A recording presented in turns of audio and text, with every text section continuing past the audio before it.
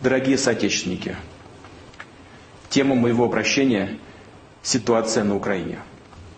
Только что прошли переговоры с украинской стороной, и они закончились абсолютно успешно для российской стороны.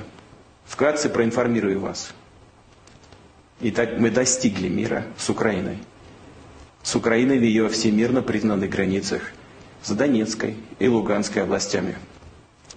Мы договорились, что совместно создадим большой фонд при участии ЕС и США на восстановление инфраструктуры в этих украинских регионах. Также мы подписали 5-годичную дорожную карту восстановления независимости Крыма как республики в составе Украины.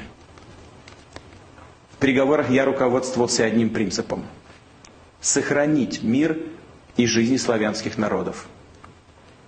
Русский язык в Украине останется, и никаких притеснений не будет, как и притеснения русского населения.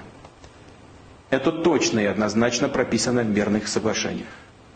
Жизнь и мир продолжаются. Спасибо за ваше внимание и ваш труд, дорогие россияне.